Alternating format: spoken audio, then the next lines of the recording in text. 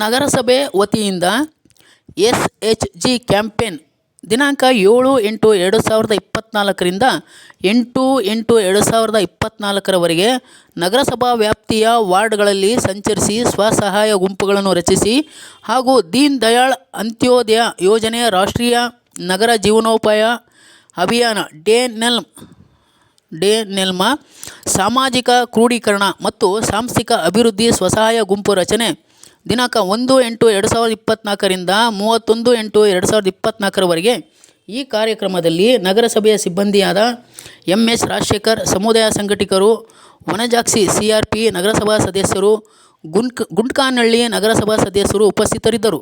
ಜೇನುಕಲ್ಲು ನಗರಸಭಾ ಸದಸ್ಯರು ಸಹ ಉಪಸ್ಥಿತರಿದ್ದರು.